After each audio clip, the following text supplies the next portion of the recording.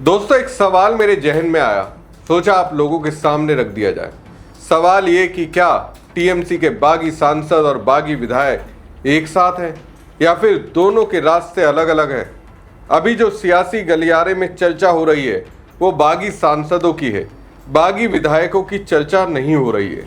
तो क्या दोनों के रास्ते अलग अलग तय कर दिए गए हैं या फिर जिस मिशन में बीजेपी अभी तक कामयाब नहीं हो पाई है उस मिशन में बागी विधायकों के अगवा को रखा गया है और दिल्ली के मिशन के लिए मिशन परिसीमन को पास करने के लिए बाकी सांसदों को एनसीपीआई के हवाले कर दिया गया है। इस हवाले करने में जो रणनीति बीजेपी की निकल कर आई है वो बहुत ही खतरनाक है। आप आखिर तक हमारे साथ बने रहिएगा, ये खबर आपको हैरान करेगी और इसे जानने के बाद आपको समझने में आसानी होगी बीजेपी भारत की राजनीति को अब किस दौर में ले जाना चाहती है और उसकी क्राइटेरिया को कहां तक निचले स्तर तक ले जाना चाहती है। नमस्कार दोस्तों, मैं हूं प्रवीण सानी। दोस्तों, घोटालेबाज या कहिए जो फर्जीवाड़ा करने में माहिर होता है, टैक्स से बचने के लिए, लोगों के पैसों को डकारने के लिए ढेर सारी सेल कंपनियां बना लेते हैं और उसी सेल कंपनियों के जरिए लोगों की गाढ़ी कमाई को हजम कर लेते हैं। अब पॉलिटिक्स में भी कुछ ऐसा ही हो रहा है। सुनने में आया कि जिस पार्टी को जुम्मा 4 दिन अस्तित्व में आए हुए हुआ है, एनसीपीआई में ममता के 20 बागी सांसद शामिल हो गए। उनके जो संस्थापक अध्यक्ष हैं उनको ही हटा दिया गया, या फिर अपनी मर्जी से वो हट गए या फिर दबाव में आकर हटे होंगे और उनकी जगह किसी और को अध्यक्ष बना दिया गया और जिनको बनाया गया है उनके नाम की कोई जानकारी नहीं थी। मैंने काफ़ी रिसर्च किया, आखिर जिस व्यक्ति को बागियों को संभालने की जिम्मेदारी दी गई है वो है कौन। जरा उनका पॉलिटिकल प्रोफाइल देख लीजिए, लेकिन उनकी प्रोफाइलिंग में गूगल पर मुझे कुछ नहीं मिला। पता है दोस्तों, एनसीपीआई के अध्यक्ष कौन है? ज्योति प्रकाश चैटर्जी। अब ज्योति प्रकाश चैटर्जी के बारे में मैंने जानने का प्रयास किया। मैं ये जानना चाहता था कि आखिर ये महोदय हैं कौन, क्या करते हैं, कहाँ से आए, राजनीति में कितने साल का अनुभव है और भी तमाम तरह की बातें जाननी चाहिए, लेकिन कुछ हाथ नहीं लगा। फिर ज्योति प्रकाश चैटर्जी को अध्यक्ष बना दिया गया। बागियों की सरदार ककोली घोष ने ये घोषणा की। ककोली घोष का ये बयान एनसीपीआई की संस्थापक शिवली कुंडू के उस बयान के बाद आया जिसमें उन्होंने पार्टी प्रमुख का पद छोड़ने का ऐलान किया था। इसके बाद ये अटकलें शुरू हो गई कि ककोली खुद एनसीपीआई की कमान संभालेंगे, लेकिन अब पता चला वो नहीं, ज्योति प्रकाश चैटर्जी संभालेंगे। लेकिन मैं ये समझने का प्रयास कर रहा हूं कि आखिर किस आधार पर ज्योति प्रकाश चैटर्जी को एनसीपीआई की कमान सौंपी गई। जब मैं समझने का प्रयास कर रहा था तो जो शुरुआत मैंने आपको एक बात कही कि शेल कंपनियां होती हैं, तो पॉलिटिक्स में भी शेल नेता जो दिखने में अलग हैं लेकिन अंदर से वो आदेशों का पालन दिल्ली के अनुसार करेंगे। मुझे ऐसा लग रहा है कि भाजपा ने अपनी फ्रेंचाइजी अलग अलग राज्यों में खोल दी है, क्योंकि बीजेपी को मालूम है कि उनके नाम पर कंप्लीट वोट तो मिलने वाला है नहीं। वोट चाहिए तो एक ऐसी पार्टी बना लो जिसके नेता को वो अपने आदेश पर नचाए, लेकिन जनता के बीच लगे कि ये नेता अलग है। बीजेपी ने एक तरफ से जनता को मूर्ख समझ लिया है दोस्तों, तभी तो ज्योति प्रकाश चैटर्जी को एनसीपीआई का अध्यक्ष बनाया गया, जिसके बारे में अभी तक कोई विस्तृत जानकारी नहीं है। लेकिन मैं दावे के साथ कहता हूं कि चंद दिनों के बाद या कल तक, परसों तक उनकी पूरी प्रोफाइलिंग आ जाएगी। स्क्रिप्ट बकायदा, उनके संघर्षों की कहानी, उनकी उपलब्धियां, इन्होंने क्या क्या किया, ये सारी बातें आ जाएंगी। जाहिर सी बात है, दिल्ली में ऊपर से आदेश मिलेगा तो उसके अनुसार से फॉलो किया जाएगा। दोस्तों, हद देखिए, खुद को एनसीपीआई का राष्ट्रीय संगठन महासचिव होने का दावा करने वाले शांतनु डे ने बताया कि उन्हें नए अध्यक्ष के बारे में जानकारी नहीं है। बताइए, जिसने संगठन को खड़ा किया उसी को जानकारी नहीं है कि उसके संगठन के भीतर आने वाला नेता कौन है, जिनको कमान सौंपी गई वो नेता कौन है, जानकारी नहीं है। उन्होंने कहा, मुझे नहीं पता कि ज्योति प्रकाश चैटर्जी कौन है। मुझे इस बात का कोई अंदाजा नहीं है कि एनसीपीआई के साथ क्या हो रहा है, जिसके लिए मैंने इतनी मेहनत की थी। मुझे खुशी है कि बड़े नेता हमारे साथ जुड़ रहे हैं, लेकिन अब तक उन्होंने हमसे संपर्क नहीं किया। मुझे इस बात से निराशा है, हमें अंधेरे में रखा जा रहा है, अंधेरे में रखा जा रहा है दोस्तों। और अंधेरे में कौन रख रहा है? क्या ये 20 बागी सांसद, या फिर जिनकी वजह से ममता के खिलाफ ये 20 सांसद बागी हुए? हालांकि बीजेपी टीएमसी में जो भी हो रहा है उससे खुद को अलग कह रही है, ये भी हद दर्जे की बेशर्मी है। बीजेपी जो ये कहती है कि इसमें मेरा कोई हाथ नहीं है, इसमें तो उनके सांसदों का ही हाथ है। वो संतुष्ट नहीं थे ममता बनर्जी के शासन से, ममता बनर्जी की अगुवाई से, इसलिए वो पार्टी छोड़ रहे हैं। लेकिन जिन्हें राजनीति की समझ नहीं है वो भी कह सकते हैं इसमें तो बीजेपी का ही हाथ है। शांतनु डे का नाम पार्टी के पुराने प्रचार पोस्टर में एनसीपीआई के महासचिव के तौर पर चस्पा किया हुआ है। दोस्तों, एनसीपीआई ने जनवरी 2023 में एक नई राजनीतिक पार्टी के तौर पर अपना पंजीकरण कराया था। चुनाव आयोग के दस्तावेजों के मुताबिक पार्टी ने पश्चिम बंगाल के हावड़ा जिले में मौजूद एक इमारत के पते के तौर पर दर्ज कराया है। पार्टी ने त्रिपुरा 2023 विधानसभा चुनाव में 4 उम्मीदवार मैदान में उतारे।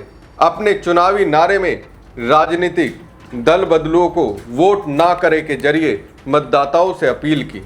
इन चारों में से 2 उम्मीदवारों ने पार्टी चुनाव चिन्ह पर किस्मत आजमाई, तीसरे ने निर्दलीय उम्मीदवार के तौर पर चुनाव लड़ा, जबकि चौथे उम्मीदवार का नामांकन रद्द कर दिया गया। एक उम्मीदवार को 563 वोट मिले, जो नोटा से 36 ज्यादा थे, जबकि दूसरे उम्मीदवार को 286 वोट मिले। निर्दलीय उम्मीदवार के तौर पर चुनाव लड़ने वाले को 376 वोट मिले। तो यह एनसीपीआई से जुड़े नेताओं की स्थिति है। ऑडिट रिपोर्ट में बताया गया कि साल 2022-23 के दौरान उसके समर्थकों से चंदे के तौर पर 1,13,000 से ज्यादा की रकम मिली। हालांकि अभी इस पार्टी के बैंक अकाउंट में सिर्फ 75 रुपए हैं। दोस्तों, तो वित्तीय स्थिति इस पार्टी की बहुत ही कमजोर है, और इसी कम वित्तीय स्थिति या फिर कहें कमजोर वाली पार्टी में ये बागी नेता गए हैं। अब इसके नए अध्यक्ष ज्योति प्रकाश चटर्जी को बनाया गया है। तो शैल पार्टी, शैल नेता के तौर पर बीजेपी की ओर से अपनी राजनीति में ये एक अपने तरीके का नया प्रयोग है। अब एक और प्रयोग आपको बता रहे हैं। प्रयोग ये कि टीएमसी में बागी विधायकों पर अलग ही प्रयोग हो रहा है। विधायकों की बगावत की चर्चा नहीं हो रही है, सांसदों की हो रही है। ये नहीं पूछा जा रहा कि सांसदों का तो विलय एनसीपीआई में हो गया, विधायकों का विलय किस में होगा? क्या वो भी एनसीपीआई में जाएंगे? तो दोस्तों, ऐसा नहीं होने वाला। बीजेपी ने बागी विधायक ऋतवत बनर्जी को एकनाथ शिंदे वाला रोल दिया है। तो दोस्तों, इससे ये साबित हो रहा है कि टीएमसी को जो तोड़ने का या कब्जा जमाने का प्रयास बीजेपी की ओर से बागी सांसदों, विधायकों के जरिए किया जा रहा था, वो अभी हुआ नहीं है। उसके लिए अभी काम पर लगाया गया है विधायकों को, और ये टास्क दिया गया है ऋतवत बनर्जी को। हालांकि ममता बनर्जी ऐसी हैं कि वो इतना सब कुछ होने के बावजूद भी हारने वाली मुद्रा में दिखती नहीं है। अब देखिए, हाई कोर्ट में ममता बनर्जी ने याचिका डाली है। ये याचिका भवानीपुर चुनाव को लेकर है, जहां से 15,000 से ज्यादा मतों से बंगाल के मुख्यमंत्री शुभेंदु अधिकारी ने जीत हासिल की है। ममता ने पिछली बार भी चुनौती दी थी। ये याचिका नंदीग्राम चुनाव को लेकर थी। तब कोलकाता हाई कोर्ट में ममता बनर्जी पर 5 लाख रुपए का जुर्माना भी लगाया था।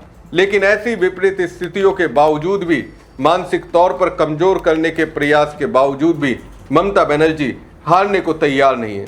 उन्होंने फिर भी याचिका डाल दी है। तो दोस्तों, मैं बात कर रहा था बीजेपी शैल पार्टियां बना रही है, शैल नेता बना रही है, ताकि जनता को मूर्ख बनाया जा सके। अपनी छवि को दुरुस्त रखते हुए, नियम कायदों के साथ छेड़छाड़ करते हुए अपनी राजनीति को किसी भी तरह से मजबूती दी जा सके। दोस्तों, ऋतवत बनर्जी और एकनाथ शिंदे की राजनीति में कई बातें बड़ी हैं। सबसे बड़ी बात यह है कि दोनों की ताकत के सोर्स का बड़ा होना। महाराष्ट्र में बगावत की दूसरी कवायद 4 साल बाद चल रही है। महाराष्ट्र के चर्चित ऑपरेशन टाइगर के पीछे एकनाथ शिंदे के लोगों का ही हाथ बताया जा रहा है। ये नया टास्क है। अधूरे काम पूरे करने के लिए महाराष्ट्र में एकनाथ शिंदे ने स्थानीय निकायों में उद्धव ठाकरे की जगह काबिज होने की कोशिश की थी। बीएमसी में नजर थी, लेकिन मनमानी कामयाबी नहीं मिली। लेकिन ऋतवत बनर्जी पश्चिम बंगाल में टीएमसी में हर लेवल पर कब्जा जमाना चाहते हैं। बनर्जी सब कुछ एक बार में ही हासिल कर लेना चाहते हैं। एकनाथ शिंदे की तरह आगे के लिए कुछ नहीं छोड़ना चाहते। फिलहाल दिल्ली से खुद को थोड़ा अलग रखते हुए, हालांकि ये दिखाने के लिए है। आदेश तो उन्हें दिल्ली से ही मिल रहा है। बीजेपी अभी पूरी तरह से कंट्रोल अपने हाथ में इन बागियों को नहीं करना चाहती।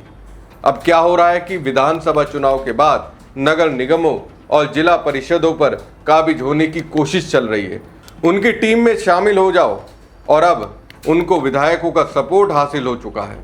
दोस्तों, कोलकाता के पूर्व मेयर फिरहाद हाकिम विधानसभा पहुंचे तो उनकी मुलाकात टीएमसी विधायक कुणाल घोष से हुई। फिर हाकिम मुख्यमंत्री शुभेंदु अधिकारी की कोलकाता निगम में हुई बैठक में शामिल होने के बाद विधानसभा पहुंचे थे।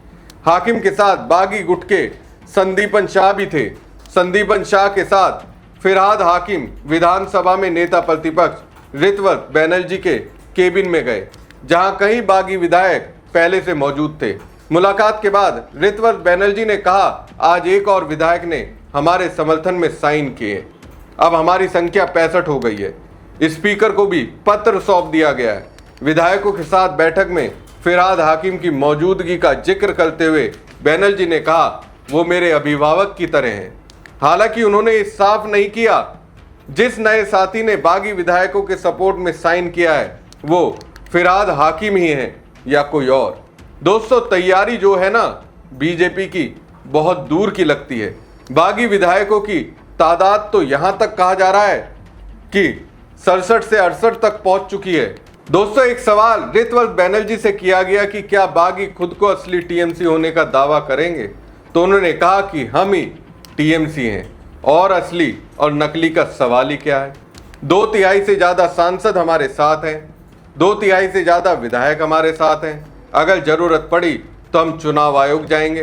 तो सवाल है, जब सांसद उनके साथ हैं तो सांसदों को एनसीपीआई में जाने की क्यों जरूरत पड़ी? इन्हीं के साथ ममता बनर्जी के खिलाफ मोर्चा खोलते। तो दोस्तों, यहाँ दिक्कत यह है कि मानसून सत्र शुरू होने वाला है और संसद के इस मानसून सत्र में भाजपा किसी भी कीमत पर परिसीमन बिल को पास कराना चाहती है, और परिसीमन बिल को पास करने के लिए उन्हें 2/3 का आंकड़ा राज्यसभा और लोकसभा में चाहिए ही चाहिए है। तो ये हड़बड़ाहट है और ये सेल पार्टियां, सेल नेताओं के जरिए भाजपा ऐसा कर रही है। बीजेपी का असली मकसद तो ये है कि जैसे एकनाथ शिंदे ने महाराष्ट्र में शिवसेना को तोड़कर उस पर कब्जा जमा लिया, ठीक उसी तरह से बंगाल में टीएमसी को तोड़कर उस पर कब्जा जमाना है। ये टेम्परेरी बेस पर ये सारे नेता एनसीपीआई में गए हैं, परमानेंट नहीं गए। इसलिए अध्यक्ष भी किसको बनाया गया है? जिसका कोई नाम नहीं जानता, जो गुमनाम है, ऐसे नेता को अध्यक्ष बना दिया गया। बदले में गरीब पार्टी एनसीपीआई को रकम मिली होगी। उनके अकाउंट में तो सिर्फ 75 रुपए थे, अब मोटी रकम मिली होगी, करोड़ अरब में हो सकती है ये रकम।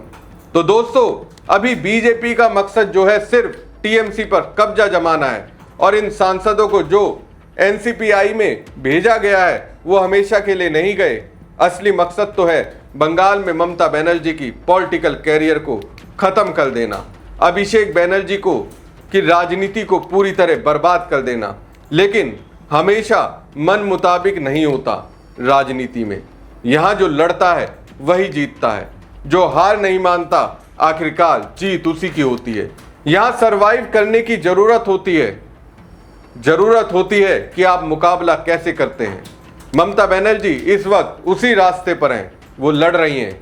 उनके कई सारे भरोसेमंद नेताओं ने उनका साथ छोड़ दिया ऐसे समय में जबकि उनके साथ रहना चाहिए था। चुनाव प्रचार के दौरान सयोनी घोष को पता नहीं कहां से कहां तक पहुंचा दिया, स्टार बना दिया ममता बनर्जी ने। लेकिन उन्होंने क्या किया? चरणों में लेट गई। तमाम ऐसे नेता हैं जिनका मैं आपको नाम गिना सकता हूं, जिनकी कोई हैसियत नहीं थी पॉलिटिक्स में, जिनको ममता बनर्जी की बदौलत बड़ा मुकाम मिला। ममता के कारण जनता ने सिर आंखों पर बैठाया। आज जबकि ममता बनर्जी सत्ता में नहीं है तो ये नेता डर की वजह से उनसे दूर हो गए। और बीजेपी इधर क्या कर रही है? राजनीति में शैल पार्टियां लेकर आ रही हैं, फर्जी पार्टियां जिनका कोई अस्तित्व नहीं है, फर्जी नेता जिन्हें कोई नहीं जानता। तो दोस्तों, इस तरह से भाजपा राजनीति कर रही है। मैंने पूरी खबर बताई, विश्लेषण के साथ बताई, आपको कैसी लगी? और कमेंट जरूर कीजिएगा और साथ ही पेज को ज़्यादा से ज़्यादा लाइक और खबरों को ज़्यादा से ज़्यादा शेयर कीजिएगा। धन्यवाद।